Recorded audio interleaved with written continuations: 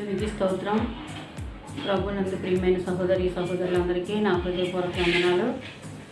ఈరోజు పునరుత్థాన దినాన్ని దేవుని వాక్యాన్ని ధ్యానించడానికి దేవుడిచ్చిన మహాకృపను బట్టి దేవునికి వందనాలు, స్తోత్రాలు చెల్లిస్తున్నాను. ప్రార్థన చేసుకున్న తర్వాత మనం వాక్యాన్ని ధ్యానిద్దాం. దేవానికి స్తోత్రాలు, వందనాలు తండ్రి. మహాగణుడ, మహోన్నతుడ, సజీవుడ, సర్వాధికారి నాయన, నీ మహాకృపను బట్టి, నీ ప్రేమను బట్టి, నీ దయను బట్టి, నీ వాత్సల్యతను బట్టి ప్రభువా, ఇదిగో నాయన ఈ యొక్క ఉదయకాల సమయంలో నాయన పునరుత్థాన దినాన్ని నాయన నీ వాక్యాన్ని ధ్యానించడానికి నీ కృప మాకు ఇచ్చినందుకు నీకు వందనాలు, స్తోత్రాలు తండ్రి. నాయన నా ప్రభు నిలిచినాలు ఏమి లేదు తండ్రి. నీ ఆత్మనాలో ఉంచి నాయన మాకు కావాల్సిన మాటలు మీరు అందించండి ప్రభువా. నీ వాక్యం ద్వారా మీరే బలపరిచి మీ కృప అనుగ్రహించమని, మిమ్మల్ని మీరు మయంపరచుకోమని నాయన నిలిచినాను మీరు మరుగు చేసి నీ పరిశుద్ధాత్మ ద్వారా, నీ పరిశుద్ధాత్మ సహాయం ద్వారా తండ్రి నీ వాక్యాన్ని అందించి వినిచిన వారందరికీ కూడా గొప్ప విశ్వాసం, నమ్మకం కలిగినట్లుగా సహాయం చేయమని నాయన మహిమ, ఘనత, ప్రభావాలు మీరు మాత్రమే పొందుకోమని శ్రేష్టమైన నామంలో ప్రార్థించి మీకు అప్పగించి వేడుకుంటాం పరమ తండ్రి. ఆమేన్. హెబ్రీ పత్రిక 11:26లో ఒక మాట ఉంది. ఏంటంటే అల్పకాలము పాపభోగము. ఈ లోకంలో మనం జీవిస్తూ ఉన్నాం. మన జీవితం ఒకసారి చూసుకున్నట్లయితే అల్పమైనది, చాలా అల్పమైనది. మానవ జీవితం చాలా అల్పమైనది. అల్పకాలము పాపభోగము. కొద్ది కాలం ఈ లోపల మనం జీవిస్తాం, చాలా తక్కువ కాలం. అల్పకాలం అనగా చాలా తక్కువ కాలం. ఇది ఎవరు గ్రహించారంటే మోషే గారు గ్రహించారు. మోషే ఎక్కడ ఉండేవాడంటే రాజకోటలో ఉండేవాడు కదా. రాజకుమార్తె మోషేని తన కుమారుడిగా స్వీకరించి చక్కగా మరి మంచి వైభవంతో పెంచింది ఫరో కుమార్తె. అయితే మోషే ఏం గ్రహించాడంటే ఇది అల్పకాలము పాపభోగము, అనుభవించడం కంటే దేవుని ప్రజలతో కూడా శ్రమ అనుభవించడం మేలని ఎంచుకున్నాడంట. అంటే రాజకోటను విడిచి, రాజభోగాలు విడిచిపెట్టి దేవుని ప్రజల కోసం తన యొక్క శ్రమ, తన యొక్క కష్టాన్ని ఖర్చు పెట్టాలని, శ్రమపడి కష్టపడాలని అనుకున్నాడు. అంటే అల్పకాలంగా ఉంటాం. రాజకోటలో ఉన్న అల్పకాలమే, పూరి గుడిసెలో ఉన్న అల్పకాలమే. శాశ్వత కాలం కాదు, అది కొద్ది కాలం. ఈ కొద్ది కాలం ఉండి ఈ సుఖాన్ని అనుభవించడం కంటే దేవుని కొరకు, దేవుని ప్రజల కొరకు శ్రమ అనుభవించడం మేలని ఎంచుకుని ఆ రాజకోటను విడిచిపెట్టి మరి శ్రమల పాలై కష్టపడి, ఎంతో శ్రమపడి ఇశ్రాయేల్ ప్రజలను మోషే గారు నడిపించినట్లుగా దైవవాక్యం సెలవిస్తూ ఉంది. అంటే ఈ దినాల్లో మనం జీవిస్తూ ఉన్నాం. అల్పకాలం. ఎంతకాలం ఉంటాం ఈ లోపల అంటే కొద్ది కాలం ఉంటాం.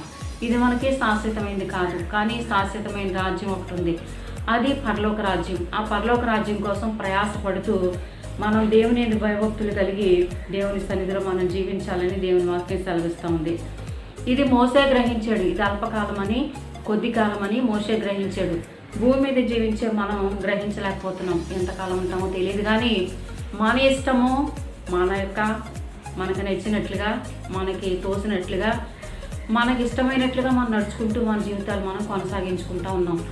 అయితే గ్రహింపు కలిగిన వారు కొద్దిమంది మాత్రమే ఉంటారు. ఇది శాశ్వతం కాదు.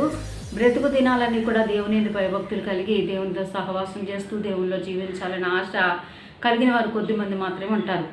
అయితే ఇక్కడ అబ్రహాం గురించి మనం చూసినట్లయితే అబ్రహాం ఆస్తికర్త, చాలా ఆస్తికర్త. వెండి బంగారాలు కొదవలేదు, దాసదాసి జనాన్ని కొదవలేదు. మరి విలువైనటువంటి మరి సంపద కలిగినటువంటి అబ్రహాము దేని కొరకు ఎదురు చూస్తున్నాడంటే దేవుడు దేనికి శిల్పి నిర్మాణకుడై ఉన్నాడో ఆ పునాదులు గల పట్టణం కోసం అబ్రహాము ఎదురు చూస్తూ ఉన్నాడంట. అది అల్పకాలం ఉండేది కాదు, శాశ్వత కాలం ఉండేది. ఆ యొక్క రాజ్యం శాశ్వత కాలం ఉండేది. అది పునాదులు గల పట్టణం. దేవుడు దానికి శిల్పి నిర్మాణకుడై ఉన్నాడు. అదే పరలోక పట్టణం. ఆ పరలోక పట్టణం కోసం అబ్రహాము ఎదురు చూస్తూ తన జీవితాన్ని గడుపుకున్నాడంట. భూమి మీద జీవిస్తూ ఉన్నాడు. ఆస్తి కలిగి ఉన్నాడు, ధనం కలిగి ఉన్నాడు, పశువులు, మందలు, పాలేర్లు, మరి చాలా సిరి సంపదలు కలిగినటువంటి అబ్రహాము దేనికోసం ఎదురు చూస్తున్నాడంటే దేవుడు దేనికి శిల్పి నిర్మాణకుడై ఉన్నాడో ఆ పునాదులు గల పట్టణం కోసమే అబ్రహాం ఎదురు చూస్తూ తన జీవితాన్ని తను గడుపుకుంటూ ఉన్నట్లుగా ఇక్కడ హెబ్రీ పత్రికలో చదివిస్తూ ఉంది వాక్యం. అంటే 11:10. అయితే మరి మనం కూడా ఈ దేని కొరకు ఎదురు చూడాలంటే శాశ్వతమైన రాజ్యం కోసం ఎదురు చూడాలి. శాశ్వతమైనటువంటి రాజ్యం కోసం ఎదురు చూస్తూ మనం జీవించాలి.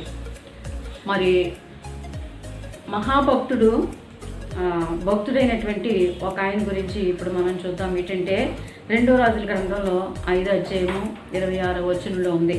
అక్కడ గెహాజీ దైవజన్తో కలిసి జీవిస్తూ ఉన్నాడు. దేవుని సేవకుడితో కలిసి గెహాజీ జీవిస్తూ ఉన్నాడు. అయితే సేవకుడు తింటే తను తింటున్నాడు, సేవకుడు ఉంటే తను ఉంటున్నాడు, అన్నీ బాగున్నాయి. అయితే ఇక్కడ జరిగింది ఏంటంటే, తైమాన్ అనే ఒక ఆయన రాజుగారు సైన్యాధిపతి కుష్ఠరోగంతో వచ్చినప్పుడు, అతను బాగా వెళ్ళిపోతూ ఉన్నప్పుడు ఇతనికి ఒక ఆశ కలిగింది. ఏ ఆశ అంటే ధనాశ. అబ్రహాం కలిగిన ఆశ పునాదులు గల పట్టణం చూడాలని ఆశ. గెహాజీ కలిగిన ఆశ ధనం సంపాదించాలని ఆశ. ఎందుకు తనకి భార్య లేదు, పిల్లలు లేరు, కుటుంబం లేదు, సంసారం లేదు. సేవకుడు తింటే తను తింటాడు, సేవకుడు దేవునికి ప్రార్థన చేస్తే తను కూడా ప్రార్థన చేస్తాడు. అలాంటి గెహాజీలో ఏం ప్రవేశించిందంటే ధనాపేక్ష ప్రవేశించింది. ధనాపేక్ష అంటే ధనాపేక్ష ఈ లోకంలో అంతకాలం పనిచేయచ్చేమో కానీ తర్వాత పరలోక రాజ్యం చేరడానికి అది ఏమాత్రం కూడా ఉపయోగపడదు. ఎన్ని కోట్లు ఉన్నప్పటికీ, ఎంత ధనం ఉన్నప్పటికీ అది భూ సంబంధంగా భూమి మీదే పరిమితం తప్ప పరలోక రాజ్యానికి పట్టుకెళ్తామా అంటే అస్సలు ఏమీ లేదు. వట్టి చేతితో ఎలా వచ్చామో అలా వట్టి చేతితో వెళ్ళిపోవాల్సిందే. శాశ్వతమైనది కాదు. ఈ లోక సంబంధమైన జీవితం కొద్ది కాలమే. తృప్తిగా జీవించే గెహాజీ, సంతోషంగా సేవకులతో కలిసి ఆరాధించే గెహాజీ, దేవుల్లో లీలమైపోయి దేవునితో కలిసి సేవకుడితో కలిసి ఆనందాన్ని అనుభవించే అద్భుతాలు చూసే గెహాజీకి ఏం కలిగిందంటే ధనాశ కలిగింది. మరి అబ్రహాం గారికి ఏం కలిగింది? ధనం ఉండి, ఆస్తి ఉండి, అన్నీ ఉండి ఏం కలిగిందంటే దేవుని ఆశ. దేవుని రాజ్యానికి నేను వారసుని కావాలి. దేవుడు శిల్పి నిర్మాణకుడిగా ఒక పట్టణాన్ని నియమించాడు. ఆ పట్టణానికి నేను వారసుని కావాలన్న ఆశ కలిగిన వాడిగా అబ్రహాం మనకు కనపడతా ఉన్నారు. ఇక్కడ గెహాజీ కనపడతా ఉన్నాడు. ఎలా కనపడతా ఉన్నాడంటే ధనాపేక్ష కలిగిన వాడిగా, ధనం కోసం పరిగెత్తుకుంటూ రథాన్ని వెంబడించిన వాడిగా మనకు కనిపిస్తూ ఉన్నాడు. దానికి అవసరం ఆ ధనం అంటే అవసరం లేదు. దానికి ఏం కావాలంటే ఏం అవసరం లేదు. చక్కగా హాయిగా దైవజనుతో కలిసి మెలిసి, గురువుగారితో కలిసి మెలిసి అద్భుతాలు చూస్తూ, ఆశ్చర్యకార్యాలు చూస్తూ సంతోషంగా జీవిస్తూ ఉన్నటువంటి గెహాజీలో ఏం కలిగిందంటే ధనాపేక్ష కలిగింది. ధనాపేక్ష సమస్త కీడుకు మూలమని దైవవాక్యం సెలవుస్తూ ఉంది. ధనం అవసరమే కానీ ధనాపేక్ష మాత్రం అవసరం. అది చాలా భయంకరమైంది. ధనాపేక్ష, అపేక్ష ఎప్పుడైతే మనలో ఉందో పాపేచ్ఛ, తిండి అపేక్ష, రకరకాల ఆశలు ఉంటాయి, కోరికలు ఉంటాయి. కానీ ఇది కూడా అలాంటిది. ఏంటంటే ధనాపేక్ష సమస్త కీడికి మూలమని వాక్యం సెలవిస్తూ ఉంది. ధనం అవసరమే కానీ దాని మీద అపేక్ష పెంచుకోకూడదు, దాని మీద ఆశ పెంచుకోకూడదు. ఈరోజు దేవుడు నాకు ఇచ్చాడు, దేవునికి వందనాలు, రేపు ఏమిస్తాడో ఆయనకి స్తోత్రాలు చెప్పాలి తప్ప ధనాపేక్ష కోసం మనం బ్రతికే వాళ్ళగా ఉండకూడదు. ఎలా బ్రతకాలి? అబ్రహాము ఎలాగైతే దేవుని రాజ్యం కోసం ఎదురు చూస్తూ అన్నీ తనుకున్నప్పుడు కూడా దేవుని గురించి ఒక ప్రాధాన్యత కలిగిన వాడిగా, దేవుని గురించి ఒక తపన కలిగిన వాడిగా, దేవుని కొరకే ఆశ కలిగిన వాడిగా, దేవుని కొరకే సమస్తం ఆయనే అన్నట్టుగా బ్రతికాడు అబ్రహాము. ఈ లోకంలో జీవించే మనం కూడా అబ్రహాంలా జీవించాలా, గెహాజీలా జీవించాలా? గెహాజీకి ఉన్న ఆశ మనకున్నట్లయితే గెహాజీ ఎక్కడికి వెళ్ళాడు? దేవుని సేవకునితో పాటు మరి ఉండవలసిన వాడు భయంకరమైనటువంటి శాపానికి గురైపోయినట్లుగా దైవాక్యం సెలవిస్తూ ఉంది. అవసరం కాదు, తనకి అవసరం కాకపోయినా అపేక్ష కలిగింది. ఈ అపేక్షలు ఏం చేస్తాయంటే మనిషిని నాశనాన్ని తీసుకెళ్తాయి. పాపాపేక్ష, పాపం గురించి అపేక్ష కలిగి ఉంటారు. ఏదో శరీర కోరికల అపేక్ష, రకరకాల ఆశలు, అపేక్షలు కలిగి జీవిస్తూ ఉన్నారు ప్రజలు. అయితే అది ఎంతవరకు అంటే తాత్కాలికం, కొద్ది కాలం మాత్రమే, అల్పకాలం మాత్రమే, శాశ్వత కాలంలో. కానీ సృష్టించే దేవుడు మనకి ఏది అవసరమో, మనకి ఎప్పుడు ఇవ్వాలని పిల్లలు, మన పిల్లలకి ఎప్పుడు ఏది మనం చట్టుపెట్లు ఉన్నారనుకోండి, వాళ్ళకి ఎప్పుడు పాలు పడతాం, ఎప్పుడు వాళ్ళకి స్నానం చేయించాలో అప్పుడు స్నానం చేస్తాం, ఎప్పుడు మరి తినిపించాలో అప్పుడు తినిపిస్తూ ఉంటాం. తల్లిగా ఆ బిడ్డని ప్రేమించే మంచి హృదయం దేవుడు తల్లికి ఇచ్చాడు. మరి ఒక మనిషికి అంత మంచి లక్షణాలు ఇచ్చినటువంటి దేవుడు మరి మన విషయంలో పట్టించుకోవడం ఆయన, మన విషయంలో కూడా చాలా శ్రద్ధ తీసుకుంటారు ఆయన. ఎందుకంటే మనం ఎవరమంటే నీవు నా సొత్తు అని చెప్తున్నాడు ఆయన.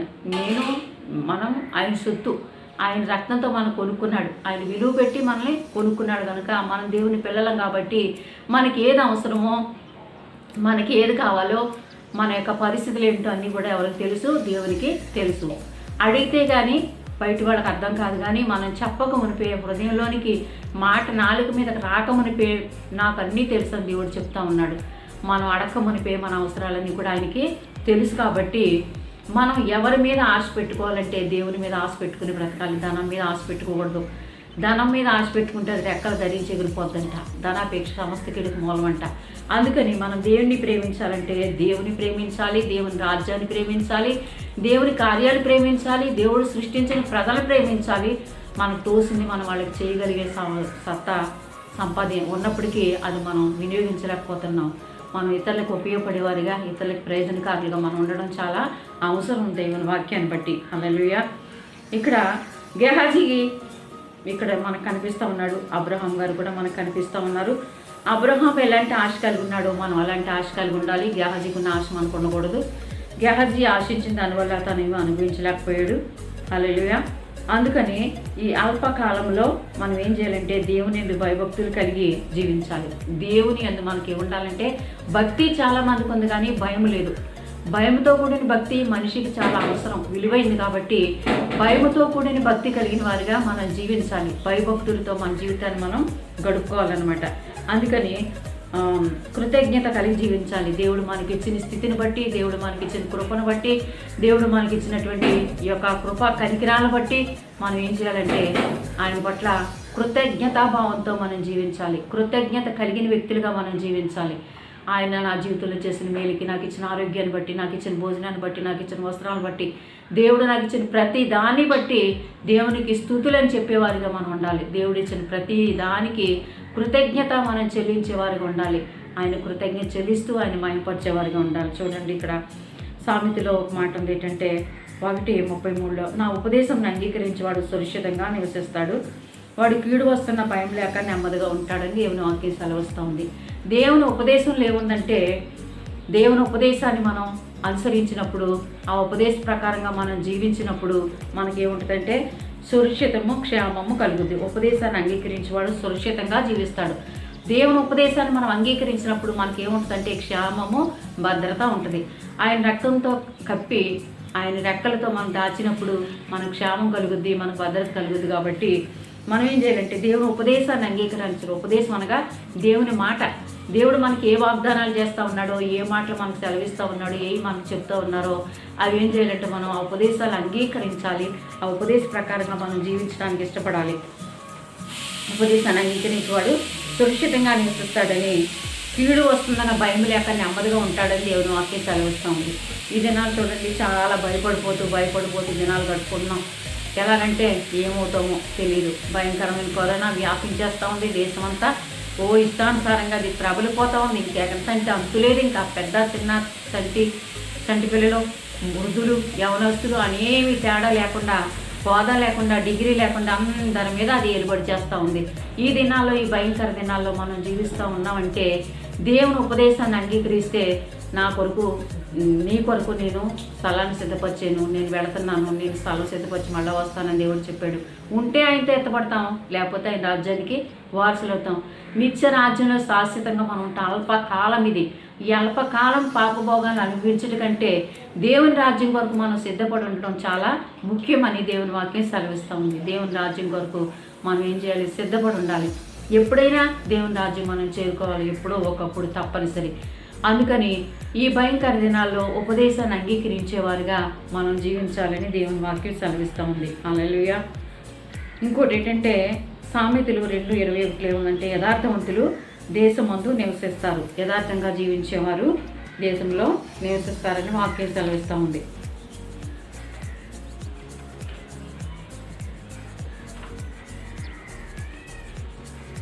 యథార్థవంతులు దేశమందు నివసించరు, లోపం లేని వారు దానిలో నిలిచి ఉంటారు.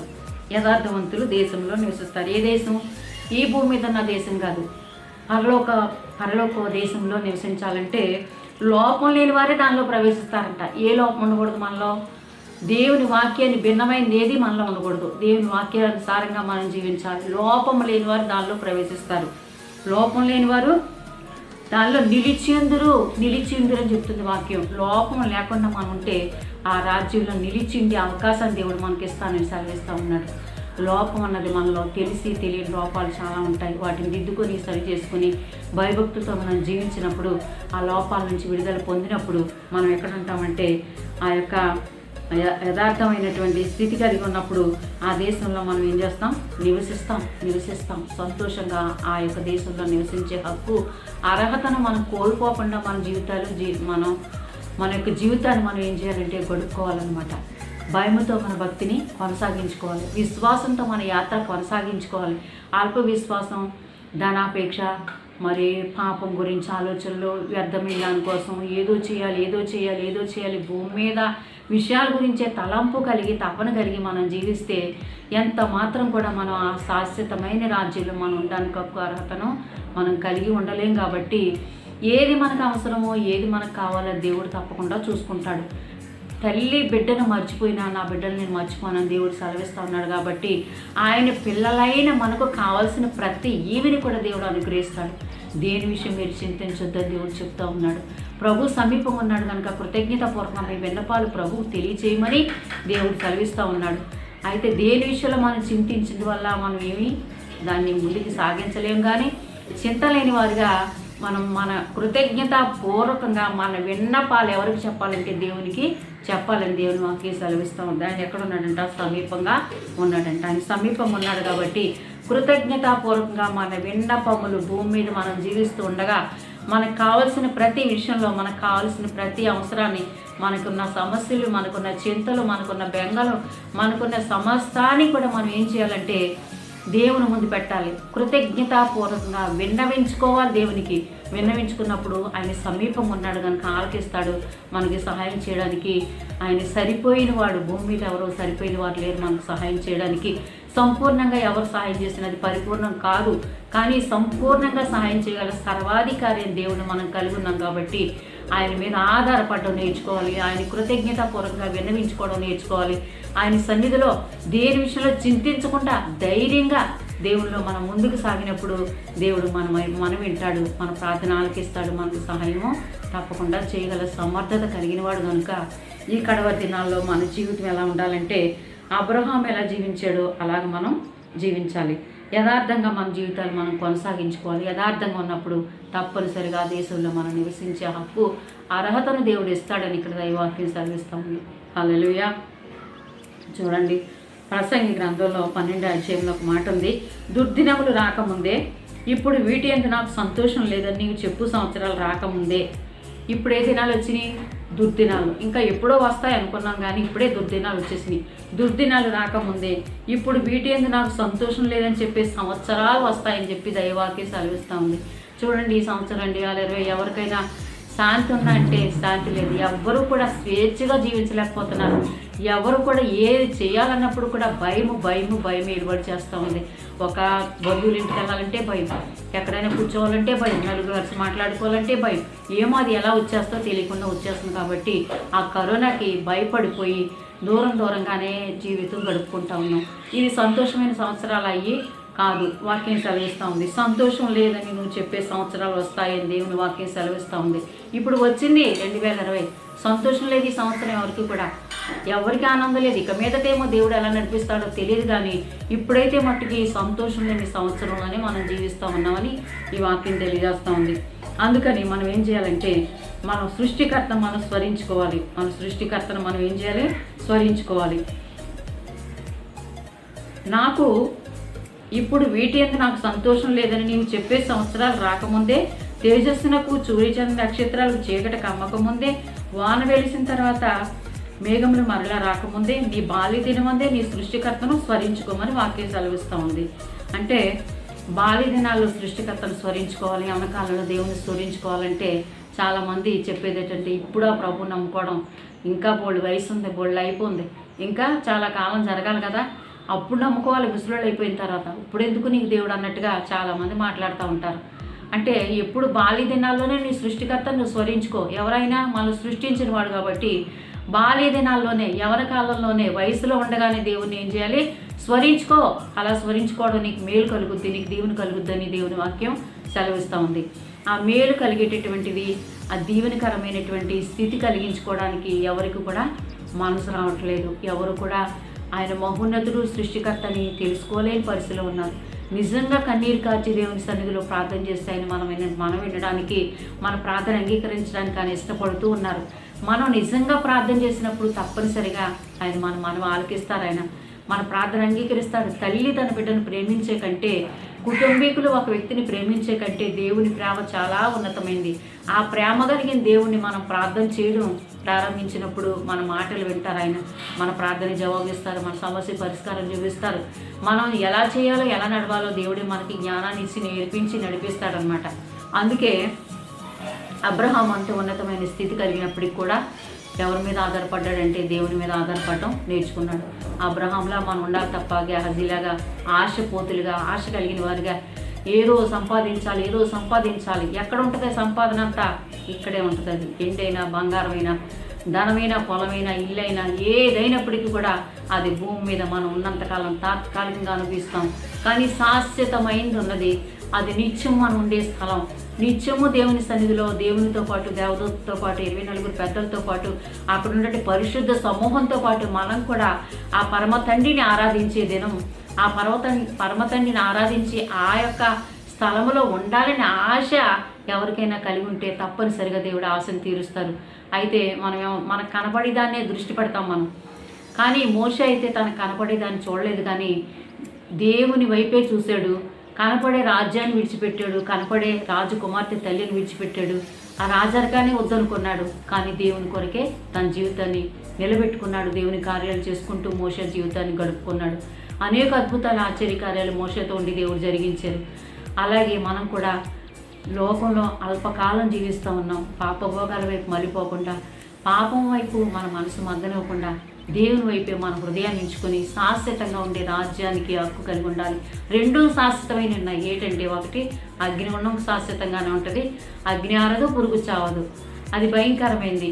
కానీ నిత్యము యుగయుగాలు నువ్వు జీవిస్తామని దేవుడు సెలవిస్తూ ఉన్నాడు. ఎక్కడంటే ఆయనతో పాటు, ఆయన రాజ్యంలో, ఆయన పరలోకంలో ఆయనతో పాటు మనందరం కూడా నిత్యం యుగాలు కూడా దేవునితో పాటు ఉండే ఒక స్థానాన్ని కూడా దేవుడు మనకి చూపిస్తూ ఉన్నారు.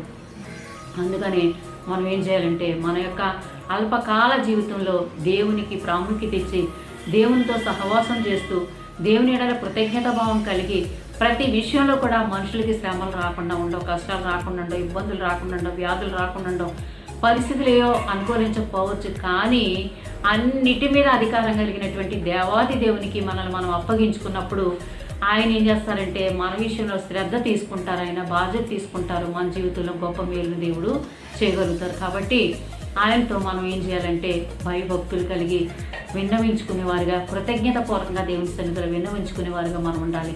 ఆయన మనకు తప్పకుండా సహాయం చేస్తారు. ఇది శాశ్వతమని మనం అనుకోకూడదు. ఏది శాశ్వతం అంటే దేవుని రాజ్యం శాశ్వతమైంది. కాబట్టి ఆ శాశ్వత రాజ్యానికి మన వారసులు కావాలి. ఇప్పుడు నిజంగా ఈ సంవత్సరంలో నాకు సంతోషం లేదు, ఇలాంటి దినాలు వస్తాయి నేను ఊహించలేదు అని ఎవరు మట్టుకు వాళ్ళే అనుకుంటా ఉన్నారు. ఈ సంవత్సరం అంతా కూడా ఇప్పటి వరకు, జనవరి నుంచి ఇప్పటి వరకు కూడా చాలా భయంగానే ఉంది పరిస్థితి. ఒక వివాహం చేయాలంటే భయం, ఓ ఫంక్షన్ చేయాలంటే భయం, చుట్టాల ఇంటికి వెళ్ళాలంటే భయం, చాలా భయంగా ఉంది పరిస్థితి.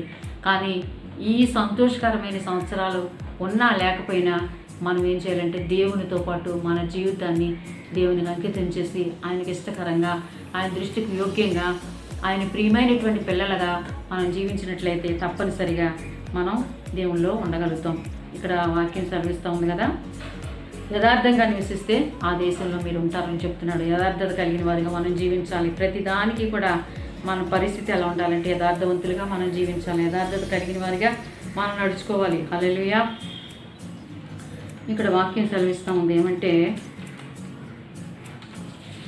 హెబ్రీ పత్రిక 11:13లో వీరందరూ వాగ్దాన ఫలము అనుభవింపకపోయినను దూరం నుండి చూసి వందనం చేసి తమ భూమి మీద పరదేశులు యాత్రికులు ఉన్నామని ఒప్పుకొని విశ్వాసం గలవారే మృతి పొందిరి. ఇక్కడ వాక్యం సెలవిస్తోంది. ఒక విశ్వాస లిస్ట్ ఇక్కడ రాయబడింది. ఆదాం మొదలుకొని చివరి వరకు కూడా ఒక లిస్టు రాయబడింది. వారి విశ్వాసాన్ని బట్టి, వారి యొక్క నమ్మకత్వాన్ని బట్టి వారు ఎలా జీవించారో రాయబడింది. అయితే వీరందరూ కూడా వాగ్దాన ఫలాన్ని ఏం చేశారు? అనుభవింపకపోయినప్పటికీ కూడా దూరం నుండి చూసి వందనం చేసి తాము భూమి మీద పరదేశులు యాత్రికులు ఉన్నామని ఒప్పుకొని విశ్వాసం గలవారే జీవించారంట. అంటే భూమి మీద ఎవరు? మనం పరదేశులం, యాత్రికులం. యాత్ర చేస్తూ ఉన్నాం. భూమి మీద పంపించాడు దేవుడు, యాత్ర చేయమని పంపించాడు. యాత్ర చేస్తూ ఉన్నాం. ఎప్పుడు ఎవరి యాత్ర ముగించాలో ఎవరికి తెలియదు. అంటే వారు కూడా అలాగే యాత్ర చేస్తున్నాం, పరదేశులం, యాత్రికులం. అంటే మనకు ఒక దేశం ఉంది, ఆ దేశానికి మనం వెళ్ళిపోతామని విశ్వాసం గలవారైంట దేవుని సన్నిధిలో వారు ఏం చేశారంటే విశ్వాసం గలవారై మృతి పొందిరి, అంటే చనిపోయారు. అంటే విశ్వాసంతో వారి జీవితాన్ని వారు ముగించుకున్నారు. అలాగే మన జీవితంలో కూడా విశ్వాసాన్ని మనం కాపాడుకుంటూ ఉండాలి. ఎందుకంటే దేని మీద విశ్వాసం అంటే పరలోకం మీద విశ్వాసం కలిగి ఉండాలి. దేవుడు నా కోసం ఒక రాజ్యాన్ని సిద్ధం చేశాడు, ఆ రాజ్యానికి నేను హక్కు కలిగి ఉండాలి, అర్హత కలిగి ఉండాలి. భూమి మీద నా సుఖమైన, సౌఖ్యమైన, కష్టమైన, బాధ అయినా ఏదైనా శాశ్వతంగా ఉండదు. అది కొద్ది కాలం మాత్రమే. అల్పకాలం అంటే కొద్ది కాలం. ఈ కొద్ది కాలంలో ఎన్ని అనుభవించినా ఒక్కటి మాత్రం మనం పోగొట్టుకోకూడదు. ఏంటంటే అది పరలోక రాజ్యం. ఆ పరలోక రాజ్యం కోసమే మన ప్రయాణం, మన యొక్క జీవితం, మన యొక్క బ్రతుకంతా కూడా ఆ దృష్టి పెట్టి దాని మీదే మనసు పెట్టి అలాగే ఆ రాజ్యం కోసం ఎదురు చూస్తూ ముగించబడిన తర్వాత రాజ్యం చేరుకునే హక్కు కోల్పోకుండా ఈ లోకంలో మనం జీవించాలి. అది కోల్పోతే మనం ఈ యథార్థత కోల్పోతే ఎంత మాత్రం కూడా పరలోక రాజ్యం మనం చేరలేం, నివసించలేము. అక్కడ నివసించాలంటే యథార్థవంతులుగా ఉండాలని దేవుని వాక్యం సెలవిస్తూ ఉంది. అందుకని వాక్యం సెలవిస్తూ ఉండేమంటే ఆయన పరిశుద్ధ కీర్తన గ్రంథంలో ఉంటుంది, పరిశుద్ధ పర్వతం మీద నివసింపదగిన వాడెవడు. ఆ వాక్యం కీర్తనలో ఉంటుంది, పరిశుద్ధ పర్వతం మీద నివసింపదగిన వాడెవడు, యథార్థమైన ప్రవర్తన కలిగి నీతిని అనుసరించు జీవించేవారే ఆ యొక్క పరిశుద్ధ పర్వతం మీద నివసిస్తారంట. యథార్థవంతులుగా జీవించాలి, నీతిని అనుసరించాలి, వాళ్ళు మాత్రమే రాజ్యాన్ని స్వతంత్రించుకుంటారని చెప్పి దేవుని వాక్యం సెలవిస్తూ ఉంది. హల్లెలూయా.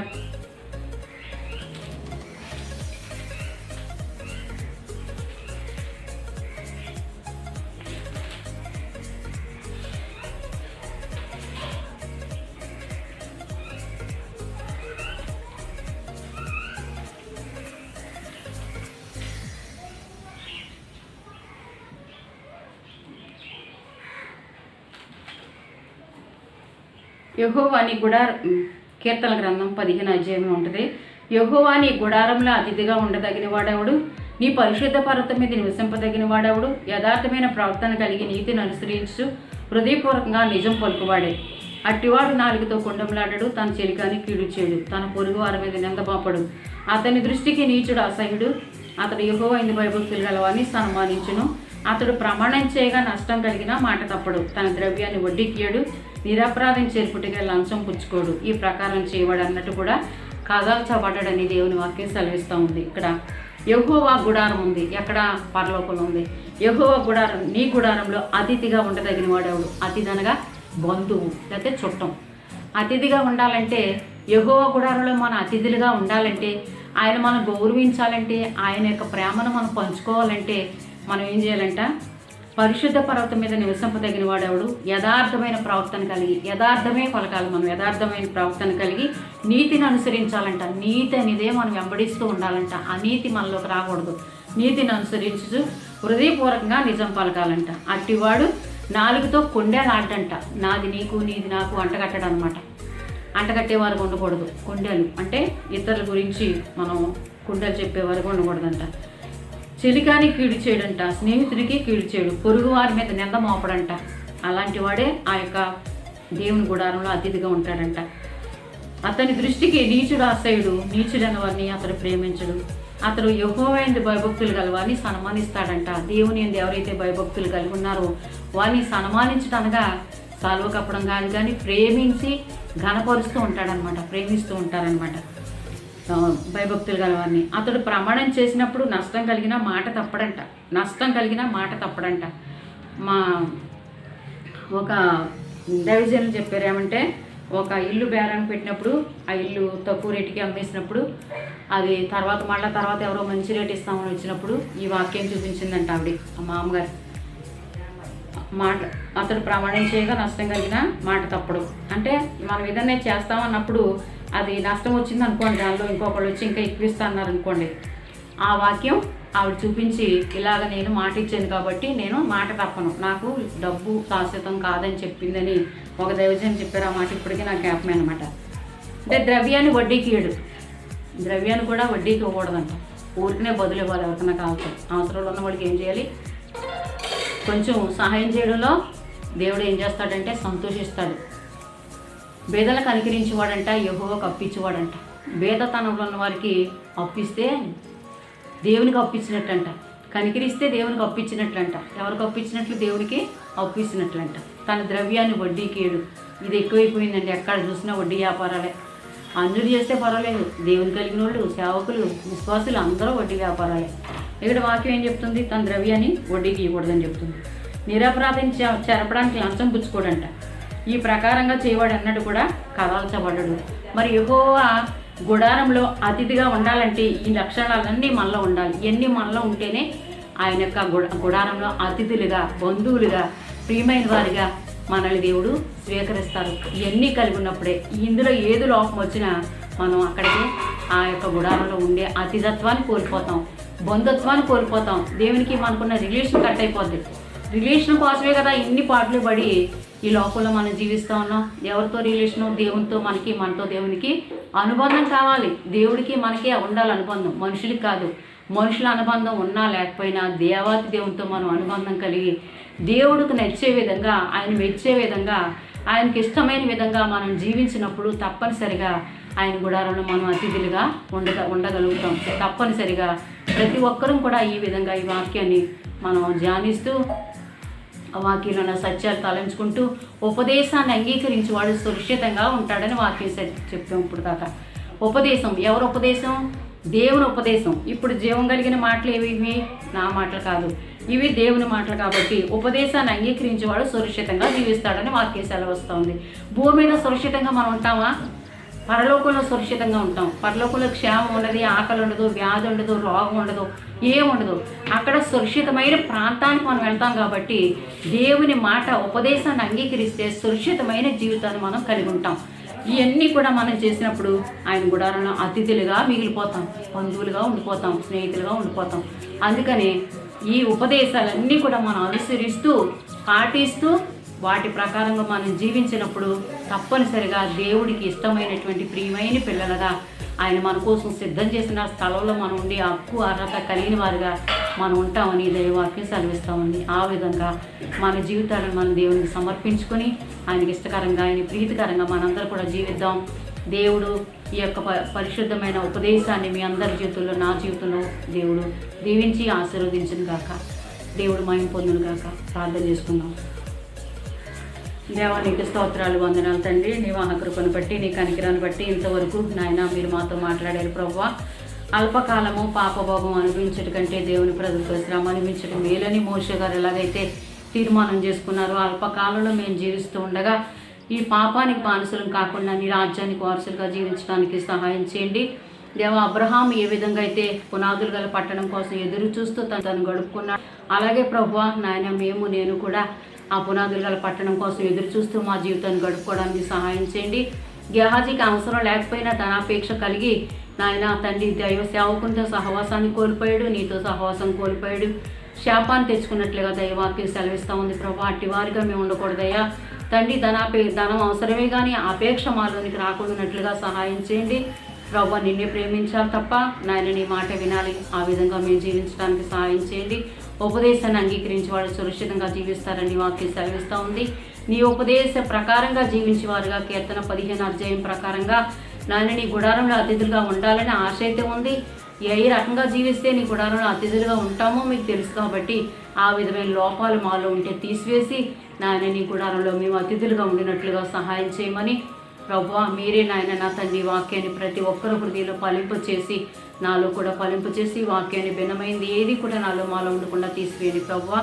నాయన నా తండ్రి, పరదేశులు యాత్రికులు ఉన్నామని వారు ఎలా విశ్వాసంతో నాయన ఆనాడు భక్తులు మృతి చెంది నీ రాజ్యం చేరుకున్నారు. ఆ విధంగా నీ యొక్క నాయన రాజ్యం కోసం ప్రయాసపడేవారుగా, తపన పడేవారు ఉండడానికి సహాయం చేయండి.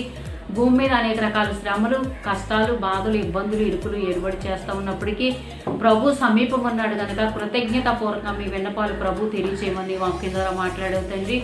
మాకు అనేక సమస్యలు ఉండొచ్చు కానీ నీవు సమీపంగా ఉన్నావు కనుక కృతజ్ఞతాపూర్వకంగా మా విన్నపాలన్నీ నీకు తెలియజేయవారుగా, నీ సన్నిధిలో ప్రార్థించేవారుగా మేము ఉండటకు సహాయం చేయమని, భయముతో మా భక్తిని మేము కొనసాగించుకున్నట్టు కడవరి దినాల్లో నాయన శాంతి లేని సంవత్సరాల్లో మేము జీవిస్తూ ఉండగా నీ శాంతితో, నీ సమాధానంతో ఏదేమైనప్పటికీ నీ రాజ్యానికి వారసులుగా ఉండడానికి సహాయం చేయండి.